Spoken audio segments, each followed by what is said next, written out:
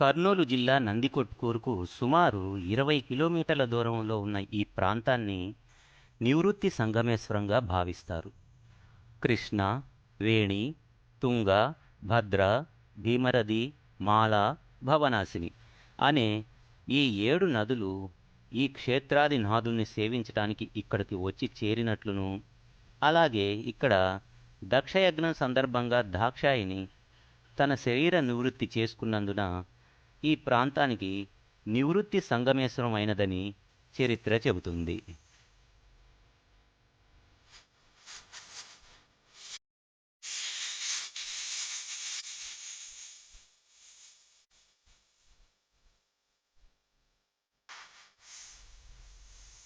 కృష్ణానదిలో పుష్కలంగా నీరు చేరినప్పుడు ఈ ప్రాంతం అంతా ముంపుకు గురి అవుతుంది. అప్పుడు ఈ దేవాలయం మనకు కనిపించదు. ఇలా సంవత్సరంలో 9 నెలల పాటు ఈ దేవాలయం ముంపుకు గురి అవుతుంది. మిగిలిన 3 నెలలు మాత్రమే మనకు దర్శనమిస్తుంది.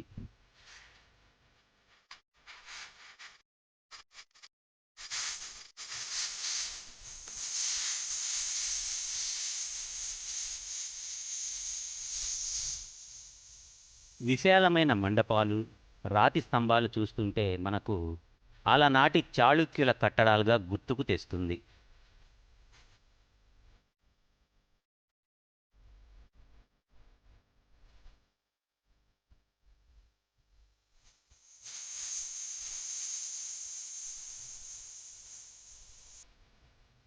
ఇక్కడే మన వెంట తెచ్చుకున్న నారికేళాన్ని అంటే కొబ్బరికాయను స్వామికి నివేదించి మన మొక్కులు చెల్లించుకోవటానికి అవకాశం ఉంటుంది.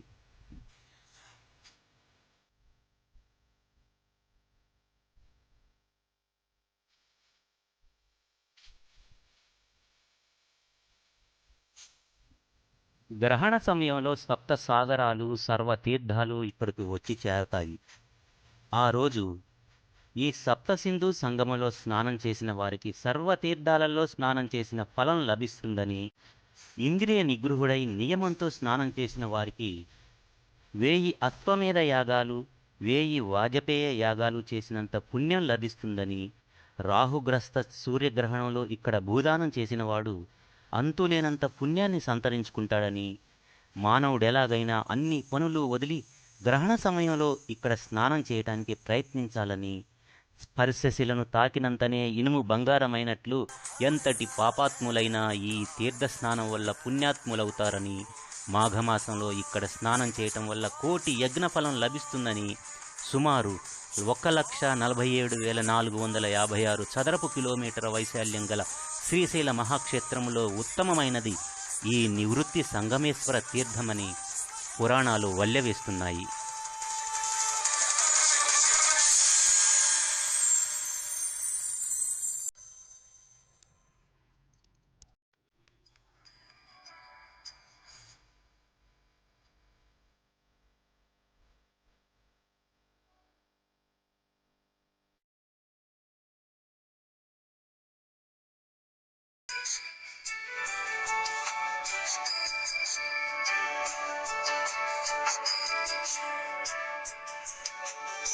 ఈశ గిరీశ నరేశ పరేశ మహేశ విదేశయ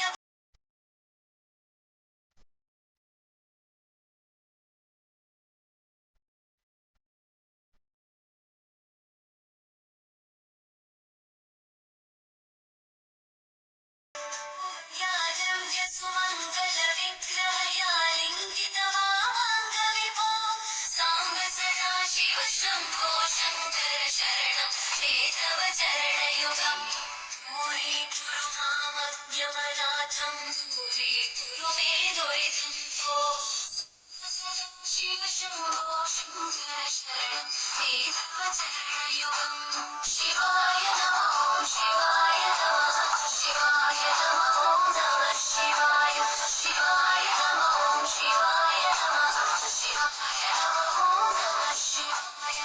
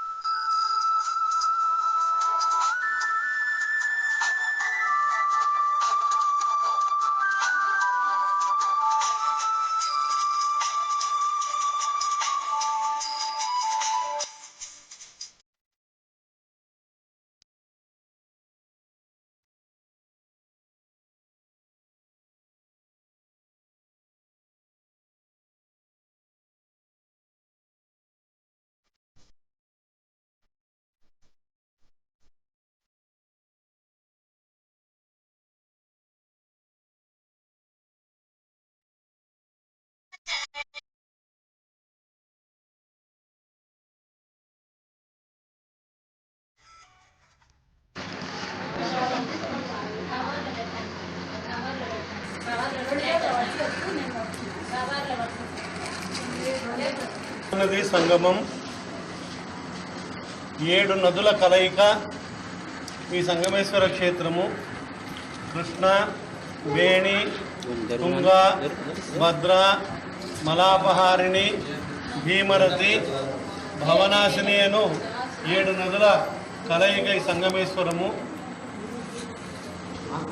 వీళ్ళు తీస్తున్నారు. చెప్పండి. 7 నదుల కలయికలో కృష్ణావేణి, భీమరతి, మలాపహారిణి ఇన్ని 4 నదులు కర్ణాటక ఆలమట్టి డ్యాంలో కలిసి నారాయణపూర్, జూరాల, బీచ్పల్లి, అలంపూర్ మీదుగా సంగమేశ్వరం చేరుకుంటాయి. తుంగాభద్ర శృంగేరి నుంచి ప్రారంభమయ్యి హంపి, మంత్రాలయము, అలంపూర్ మీదుగా సంగమేశ్వరం వచ్చి చేరుకుంటాయి. 6 నదులు కృష్ణా, వేణి, తుంగాభద్ర, మలాపహారిణి, భీమరతి అని. భవనాశిని అహోబిళంలో పుట్టి అక్కడ తూర్పున పుట్టి పడమరగా ప్రవహిస్తుంది. మధ్యలో అంతర్వాహినిగా ఉండి ఆత్మకూరు నుంచి ప్రారంభమై ఆ నది ఇక్కడ వచ్చి కలవడం వల్ల 7 నదుల సంగమమైంది.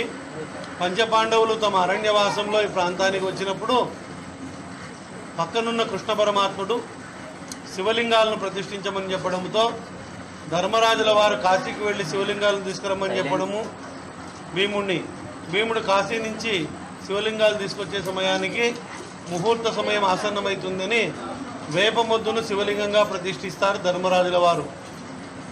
ఆ నింబదార వేపముద్దు శివలింగమే ఈ సంగమేశ్వర స్వామి. ఆ రోజుల్లో చెక్కకు వృక్ష రసాయనాలంతా కూడా పిండి చేయడం వల్ల అది గట్టిగా దృఢంగా కనబడుతుంది. 5200 సంవత్సరాలు అయినప్పటికీ 1980లో శ్రీశైలం జల విద్యుత్ ప్రాజెక్టులో ఈ ఆలయం మునిగిపోయింది. దీంతోపాటు 117 గ్రామాలు మునిగిపోయాయి. ఈ ఆలయము నీళ్లలో నుంచి 2003 నుంచి క్రమేణా బయటపడుతూ 8 నెలలు నీళ్లలో ఉండి 4 నెలలు మాత్రమే బయటపడే ఈ సంగమేశ్వరాలయము అమర్నాథ్, బద్రీనాథ్, కేదార్నాథ్ సమానంగా స్వామి ఉత్తరాయణంలో భక్తులకు దర్శనమిస్తున్నాడు ఈ సంగమేశ్వర స్వామి.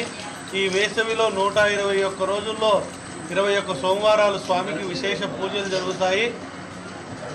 ఆ పూజలలో రాష్ట్రం నలుమూల నుంచి దేశం నుంచి కూడా అనేక మంది భక్తులు స్వామిని దర్శించుకొని పూజించి ధరిస్తున్నారు. వైశాఖ బహుళ అమావాస్య రోజు లలితా సంగమేశ్వర స్వామి కళ్యాణోత్సవం జరుగుతుంది. జ్యేష్ఠ శుద్ధ పౌర్ణమి రోజు గాయత్రి యాగము, కుంకుమార్చన కార్యక్రమాలు జరుగుతాయి. ఏది ఏమైనప్పటికీ స్వామి అమర్నాథ్, బద్రీనాథ్, కేదార్నాథ్ లాగా సంగమేశ్వర స్వామి అక్కడ ఎప్పుడైతే దర్శనమిస్తాడో ఇక్కడ కూడా అదే విధంగా దర్శనమిస్తూ స్వామిని అందరు భక్తులు ధరిస్తూ తరిస్తున్నారు. ఈ ముందు భాగం బాగా ఇంకా ఇంకా ఉన్నాయి బాగా మొత్తం రుద్దండి ఎట్లా